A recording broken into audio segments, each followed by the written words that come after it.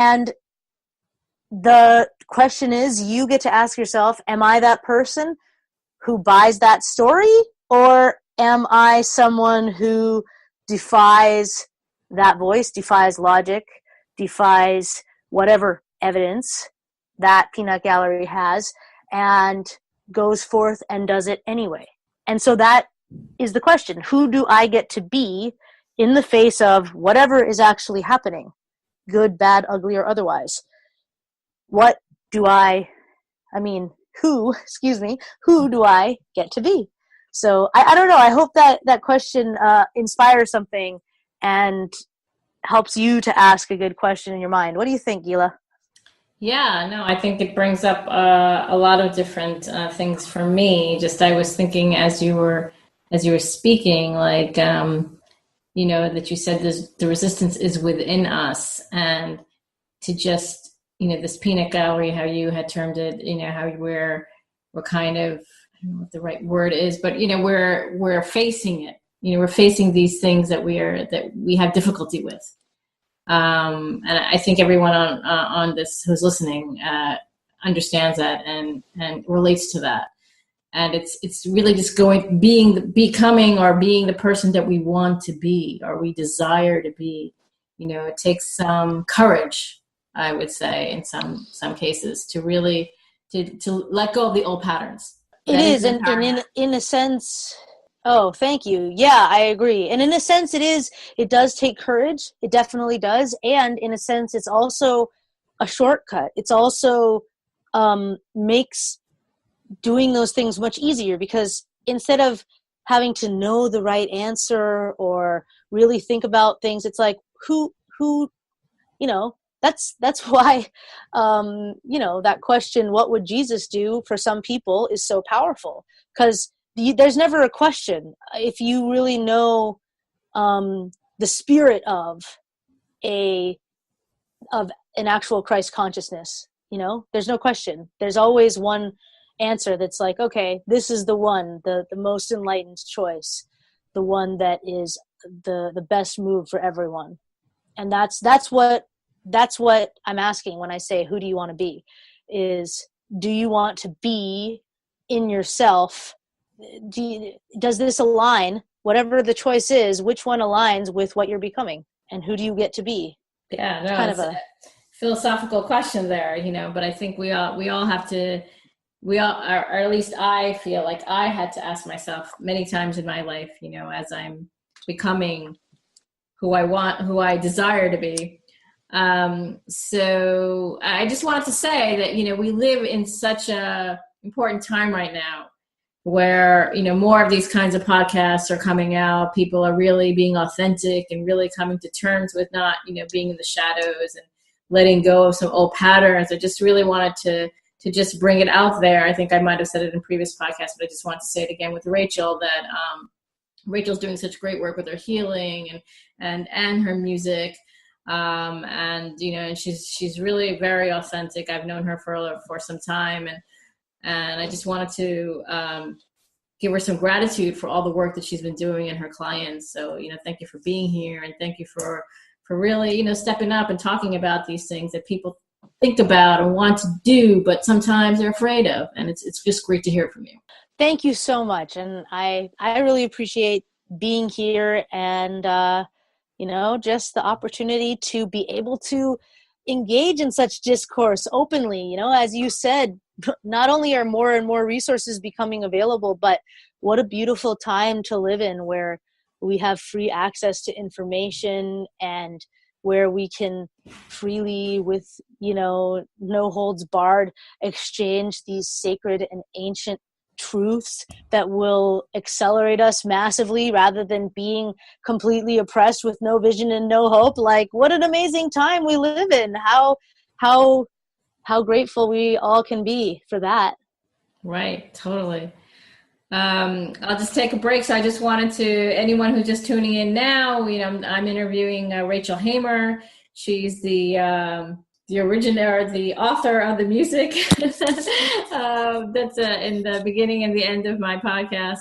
And where can people reach you again, Rachel? How do they get a hold of you and book a call if they want to book a reading?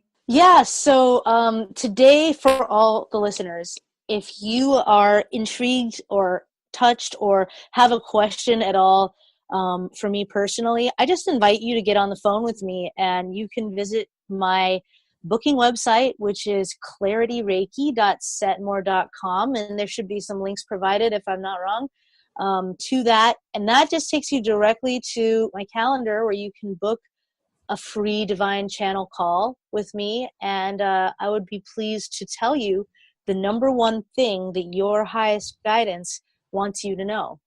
It's a unique opportunity because channeling is something I do so easily and so well. I just wanted to open up the space for you to be able to find out the one thing that your highest guidance wants to tell you, and the number one thing that you could learn from them for free, no obligation. So go ahead and visit clarityreiki.setmore.com and book an appointment, and I'll talk to you then about what your highest guidance wants you to know. Yeah, fantastic. So definitely book a call with Rachel to find out what your highest guidance wants you to know. We're going to continue on with the interview. I just wanted to ask you maybe a couple more questions. Can you relate to us a case study of someone who you helped to just have people get an idea of what they might expect on working with you? Oh, yeah, absolutely. Well, of course, it's my favorite thing to do these calls because I always just get such a clear read on people that it doesn't matter that I've never met you. And I love to just get your permission to look at you energetically and then give you the number one thing that you can know. And as a really quick case study of one of the things that I was able to illumine for someone, I did this actually years ago, but someone that I did a reading for, I just said to him, this happened to be a young man, and I said to him, you really are, you're really not using your voice. You're not speaking your truth, and you have a block to the throat, because I saw that so clearly in his chakra system. It was like a beacon of light of a block because he was not able to do the thing that he wanted to do. And I said, perhaps you should write a book.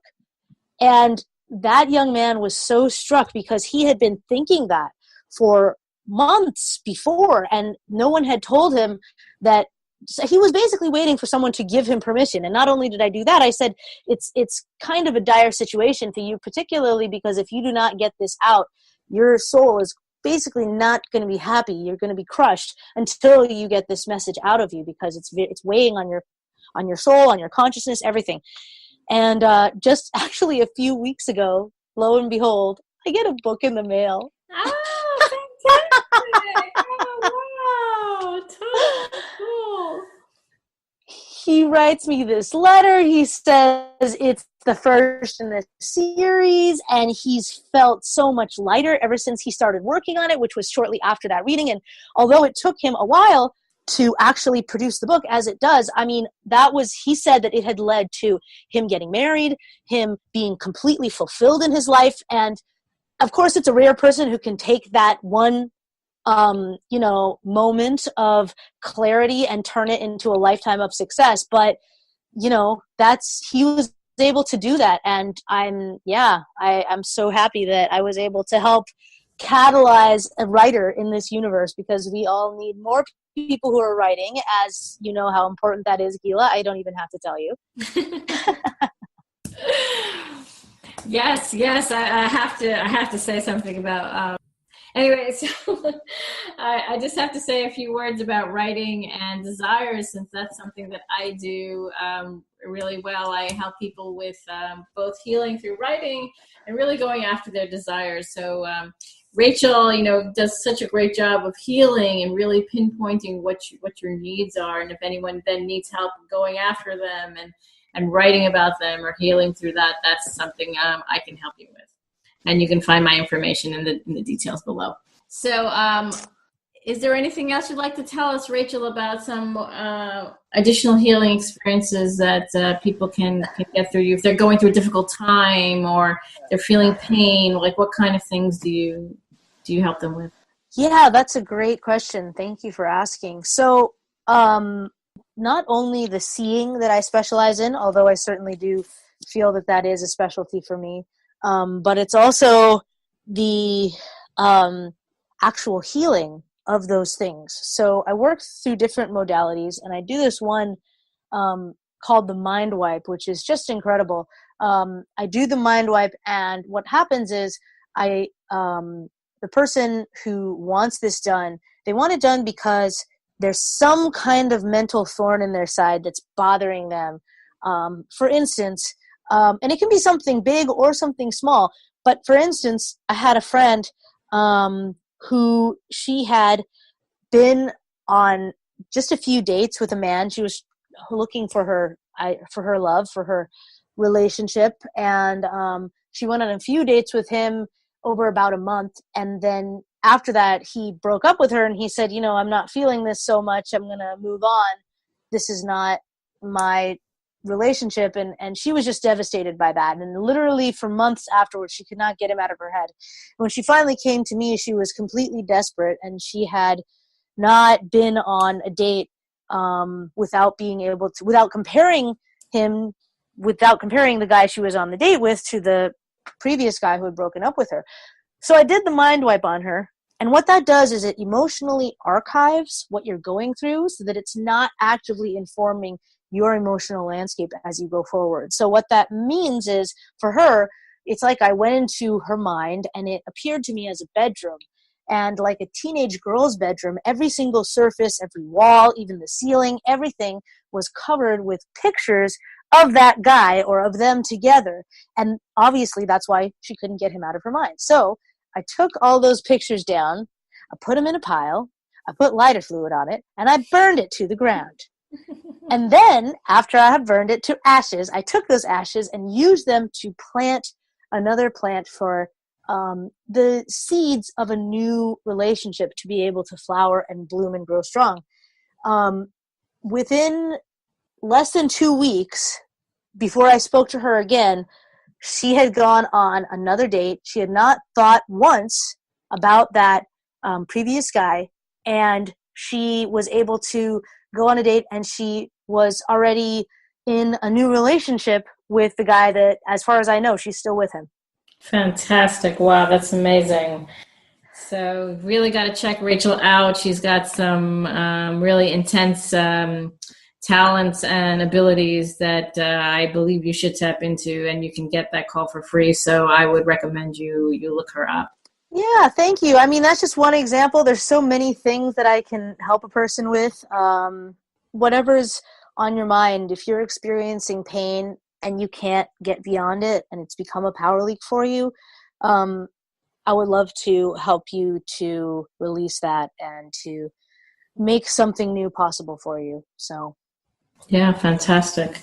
Yeah, so amazing. Again, we'll just, Rachel, can you tell us where they can get a hold of you again? So in case people are wondering. yeah, so my music is at my site, rachelhaymet.com, and then you can see all about what's going on with me, my gigs, everything there. And then the healing aspect, the healing side, can be at clarityreiki.com. You'll find my link to my calendar, which of course is at clarityreiki.setmore.com. And you are invited to connect with me on all platforms and to join me on the healing journey, musically and energetically and in all the ways.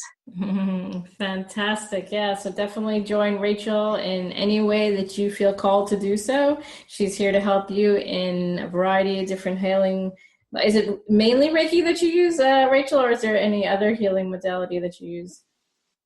Yeah, so I've been fortunate to be trained in something called flow dreaming. If you don't know what that is, I mean, maybe trained's the wrong word, but I mean, I've been using flow energies for quite a while now, and I've been fortunate to work with so many teachers. I've learned soul communication, which is a totally other technique, and I kind of use these because they're all compatible, like, any good Mac software. They all just sort of work together. And along with the Reiki, it's whatever